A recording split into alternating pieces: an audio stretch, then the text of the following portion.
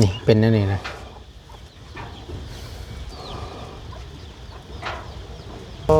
ทั้งแข้งทั้งเวลานิ่งแต่ว่าอาการเพิ่มขึ้นมาแล้วเดี๋ยวนี้เห็น2-3 มื้อนี่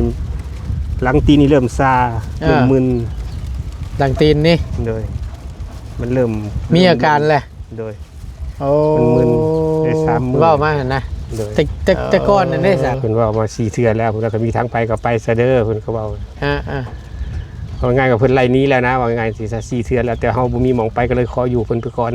ขอที่พักอาศัยอยู่ก่อนเอาพอดีว่าเราเห็นนังบ่ย่ามาแจ้งข่าวดีบ่เมื่อวานในเรื่องสมทบที่ดินบ่ชื่อที่ดินใหม่บ่โดยพอแล้วบ่พอแล้วที่ซื้อที่ดินพอแล้วแต่ยังขาดค่าธรรมเนียมเพิ่นก็ยังบ่มีโดยมันแน่นอนแล้วตัวนี้พี่น้องเอ้ยค่าน้ำมิกเพิ่นเนาะโดยก็โหถือว่าหลายเติบอยู่ได้เนาะโดยอันที่ดินแปลงใหม่นั่นอยู่ใช้นั่นน่ะอยู่ในบ้านผู้ใดประตูอยู่ในบ้านพุ่นน่ะโดยอ๋อบ่ได้อยู่แถวนี้บ่โอ้เท่าไรเลยราคาตอน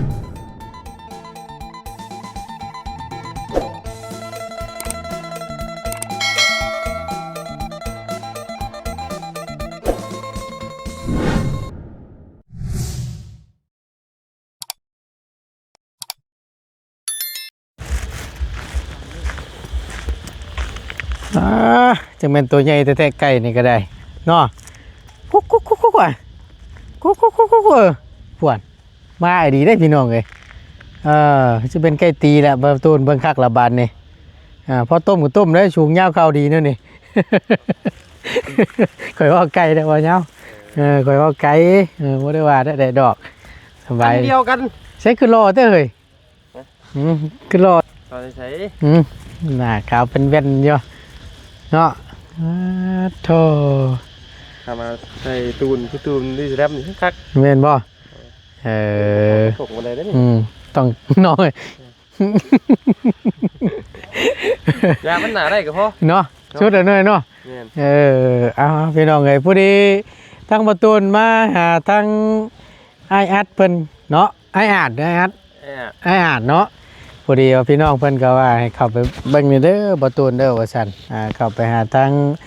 2พี่น้องเพิ่นแน่ว่าซั่นทั้งประตูนก็ได้แวะเวียนเข้ามาหามื้อนี้ก็ได้เนาะก็นี่แหละสภาพเพื่อนซานลั่นแป้นเพิ่นเนาะถือว่าครั้งแรกว่าซั่นซะทั้งประตูนเข้ามาหาทั้งหมอยาวมาทึกเทื่อแล้วข่อยบ่แม่นเป็น3-4 รอบแล้วบ่ข่อยไก่ดีมันบ่ได้ไกลปานใดเนาะไก่กับหมูดีลัดไปนี่ก็ได้บ่ก็ที่ได้กันนั้นบ่แต่ก็มาตามทางเนาะตามทางเคยเข้านี้แม่นพอดีว่าเลยปกติข่อยก็มาเฮ็ดบุญอยู่วัดนี่อยู่แล้วใกล้ๆนี่แต่ไรมาเลยบัดน้อยโดยเอากับพอดีถามบ่ยาวเลยบาทนี้พี่น้องเลยพอเรียบร้อยแล้วเหรอวะเงินซื้อดินรอนตอนหญ้าแล้วน้ำข่อยมีอยู่หายังบ่ใช้เนี่ยบ่ยังอยู่น้ำข่อยมีอยู่5,000เป็นดินเพิ่นจะขายเท่าไดเฉย40,000 บาทอยู่หม่องไหนเองอยู่ในเมืองกูแล้วต่อ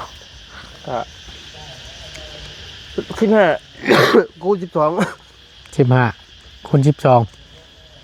40,000ความกว้าง12 เมตรความยาว15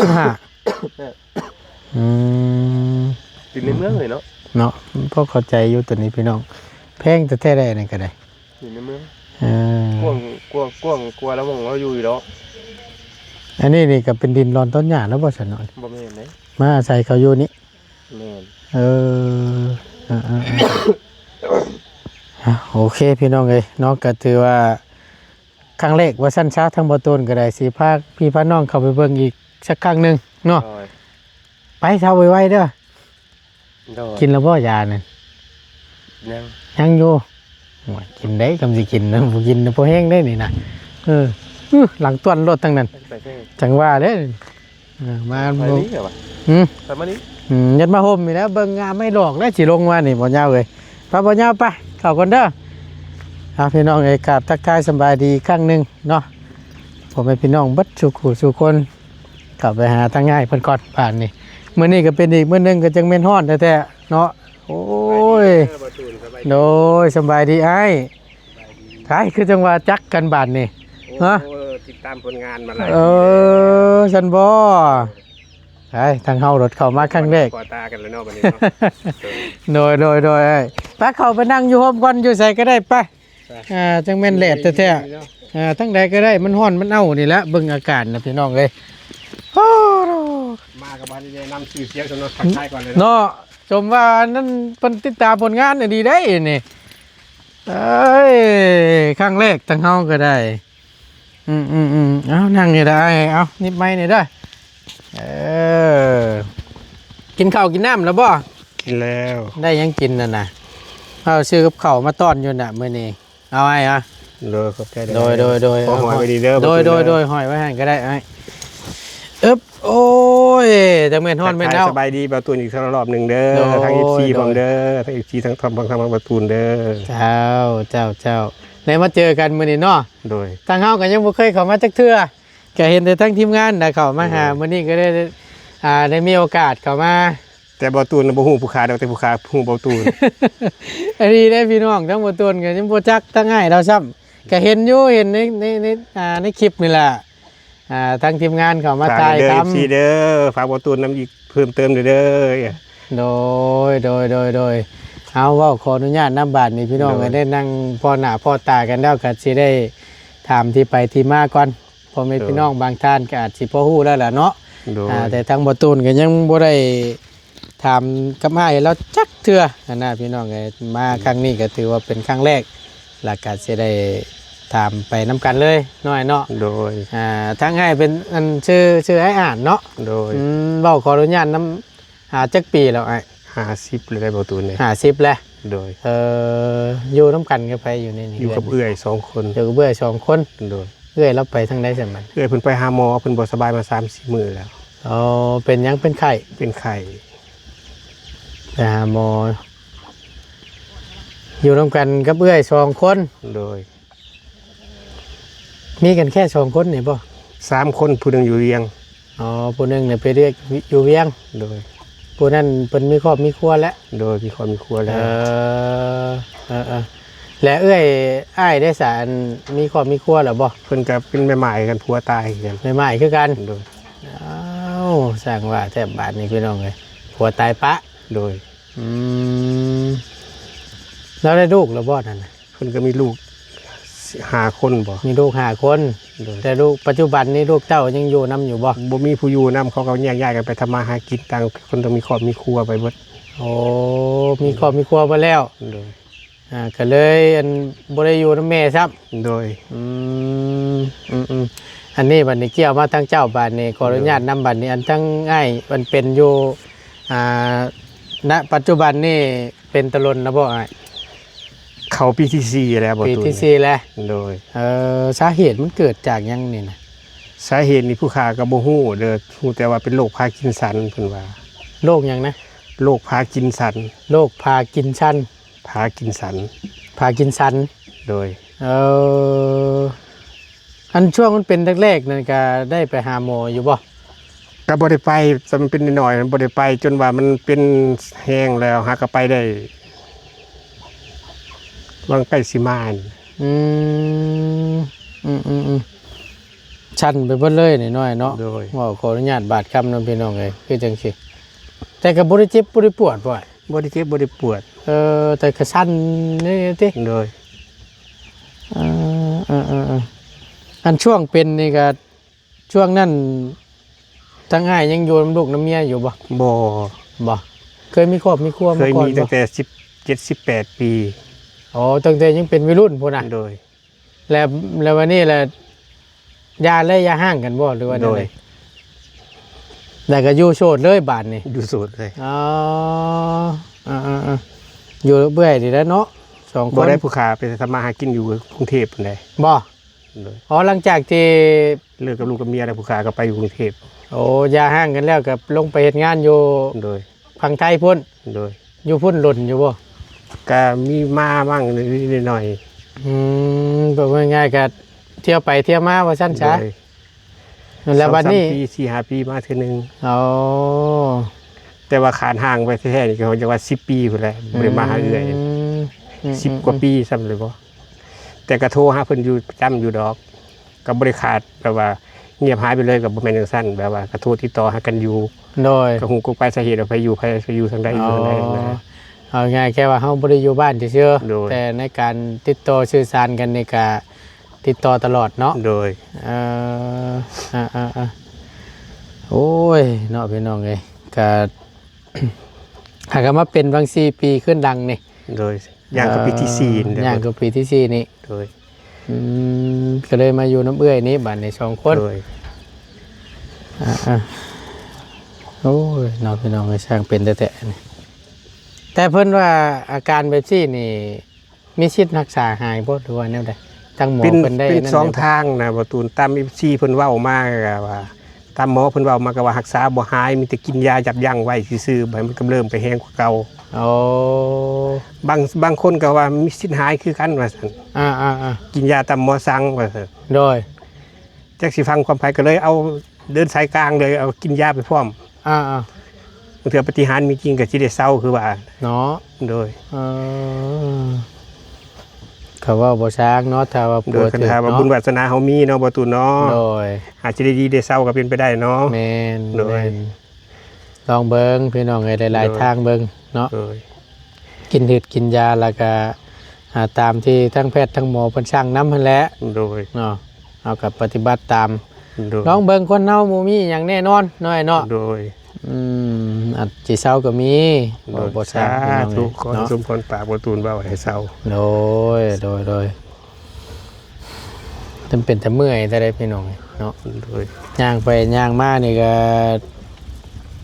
เมื่อยอยู่บ่ในช่วงเฮาย่างนี่ก็ได้ มันเมื่อยบ่มันก็บ่เมื่อยได้บ่ตูน อ๋อแต่ว่านั่งจังซี่ปกติเนาะ ปกติ แต่ว่าแค่ว่ามัน แค่มันสั่น ชันซื่อ โดย ๆหากก็เห็นเฮาก็ได้เว่าเห็นจักเทื่อช่างเป็นเนาะมันเกี่ยวกับเส้นกับเอ็นเด้นะอันนี้เฮา เกี่ยวกับประสาท ประสาทเด้เนาะ โดยประสาทสมอง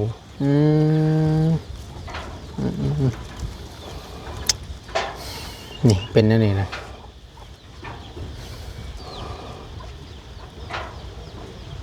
ทั้งแข้งทั้งยางเขาเกิดคือกันบ่สั้นคือกัน เวลายืนกับบ่จักสั่นก็สั่นได้ โอ้ ขาก็ได้ หมายเวลานิ่ง แต่ว่า นิ่ง อาการเพิ่มขึ้นมาแล้วเดี๋ยวนี้หัน อ่า 2-3 มื้อนี้หลังตีนนี่เริ่มซาเริ่มมึน ดังตีนนี่ โดยมันเริ่ม มีอาการแหละ โดย โอ้ มันมึนได้3 มื้อ แต่ก่อนนั่นได้สะบ่ได้มึน บ่มันหาก็เริ่มมึนได้3 มื้อ มึนได้3 มื้อแล้ว โดย อาการเริ่ม ขอโทษนำเด้อพี่ โดย มันมึนนี่ มึนแต่อยู่หันบ่ โดยมึนขึ้นมาหอดพี่ อ่า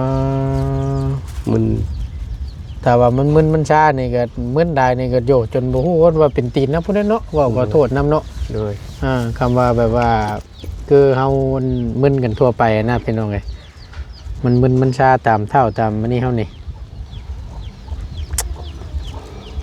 ยานี่ก็กินตลอด กินตลอดเช้าเที่ยงแรก ยาทั้งหมอเพิ่นวางไว้ให้เนาะ หมอทางผู้ใหญ่ใจดีทางเวาลีเพิ่นซื้อฝากมาให้ อ๋อมาแต่ไทยพุ่นบ่ เพิ่นฝากมาให้ตั้งแต่ไทยพุ่นแหละ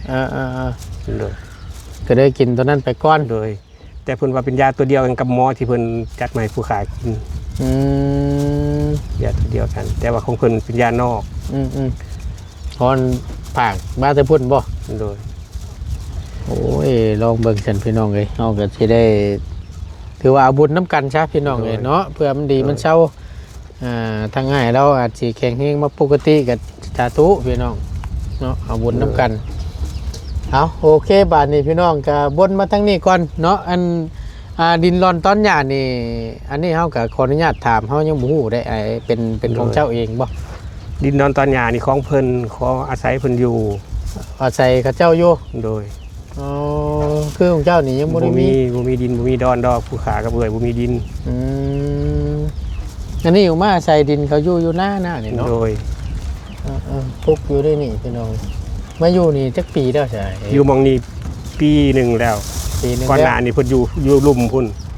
อยู่ทางลุ่มยับลงไปลุ่มพุ่นอีก 2 ปี ถ้าเพิ่นให้ย้ายมาอยู่นี่ก็ย้ายมานี่ ให้ย้ายมาอยู่เทิงพี่ โดย ก็เลยย้ายเนาะก็ยังอยู่ดินภูเก่าอยู่ บ่สุคุณเจ้าหนึงอีกคือนี่เจ้าหนึง โอ้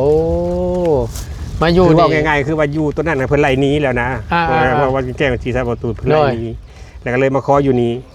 อืม ขออยู่กับผู้ใหม่อีกทีนี้ หาก็มาอยู่ได้ปีนึง โดย อันนี้ก็บ่ฮู้ว่าเพิ่นสิให้โยกย้ายมื้อใดก็ยัง มา บ่จัก 4เทื่อแล้ว เพิ่นเว้ามาหั่นนะ โดย เออ เพิ่นว่ามา4เทื่อแล้วเพิ่นก็มีทางไปก็ไปซะเด้อเพิ่นก็เว้า อ่า ว่าง่ายกับเพิ่นไล่หนี้แล้วนะว่าง่ายสิซะ4เทื่อแล้วแต่เฮาบ่มีหม่องไปก็เลยขออยู่เพิ่นไปก่อน ขอที่พักอาศัยอยู่ก่อน โดย เออเอาพอดีว่าเราเห็นนังบ่ย่ามาแจ้งข่าวดีบ่เมื่อวานในเรื่องสมทบที่ดินบ่ชื่อที่ดินใหม่บ่ โดย พอแล้วบ่ พอแล้วที่ซื้อที่ดินพอแล้ว เอ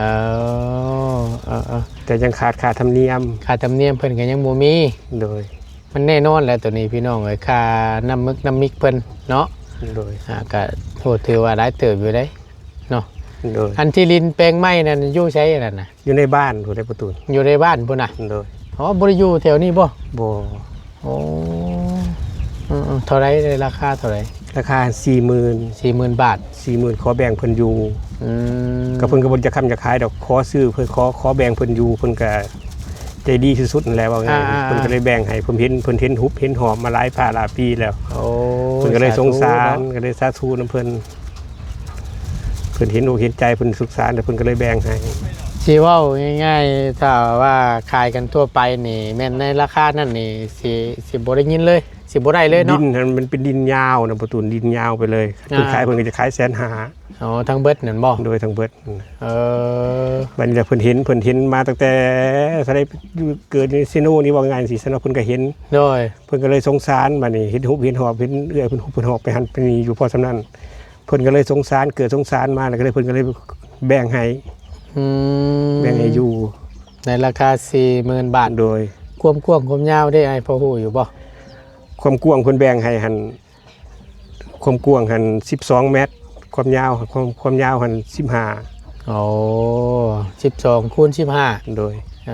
ก็สิกว้างกว่าหม่องมันจะปลุกอยู่เด้เนาะ กว้างกว่าอยู่หน่อยหนึงโดย ก็ถือว่าโอเคอยู่เนาะพี่น้องเอ้ยเอาก็สาธุแหละเนาะเพิ่นยังมีน้ำจิตน้ำใจบี้แบ่ง โด ให้ ย พอได้อยู่ว่าซั่นซะ โดย เนาะแต่ก็ยังบ่ทันได้ซื้อเนาะ ยังบ่ทันได้ซื้อ อ๋อ ยังท่าทีมงานอยู่ โดย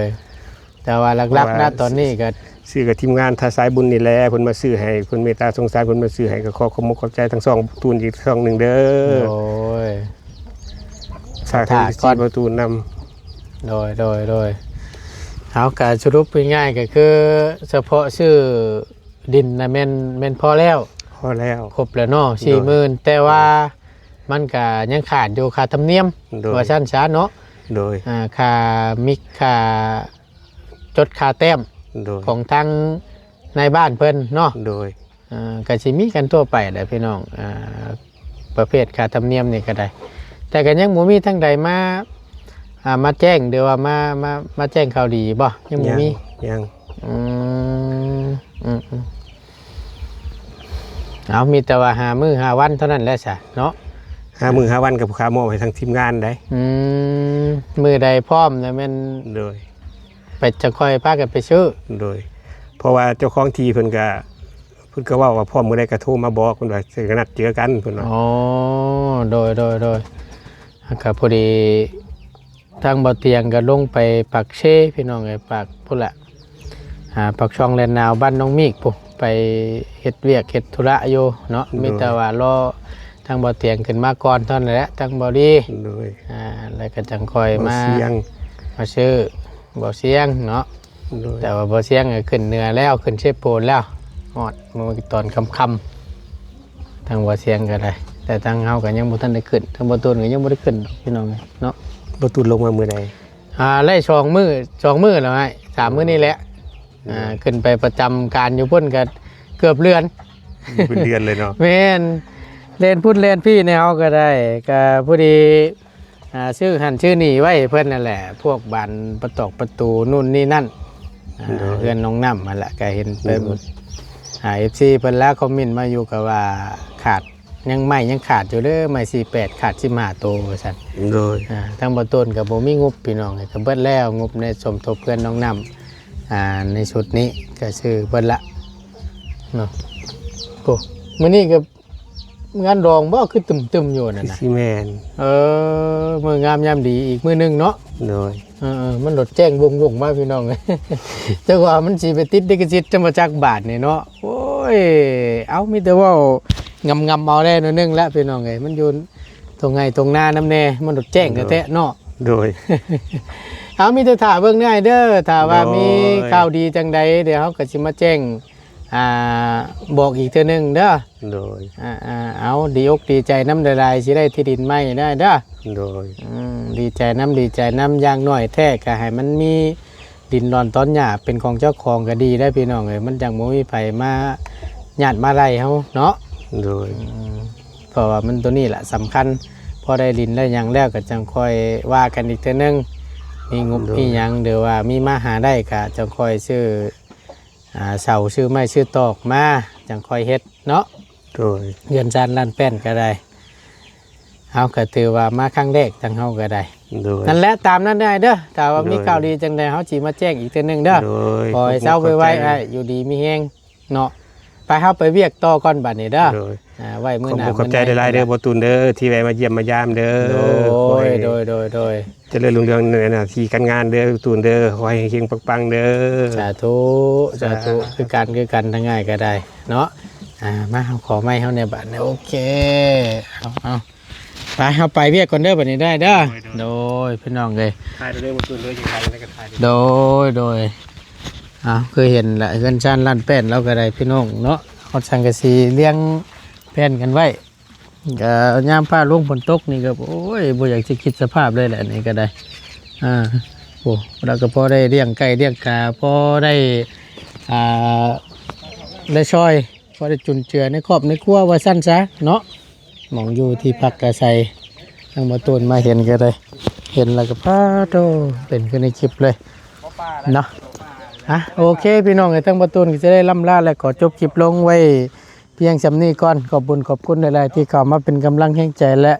ติดตามเบิ่งคลิปโดยโปรแกรมโฆษณาเนาะสำหรับคลิปนี้ประตูนจบลงไปเพียงสำนี้ก่อนมีแต่ท้ายๆคลิปกับฝากเช่นเก่าเช่นเคยพี่น้องเลยเนาะ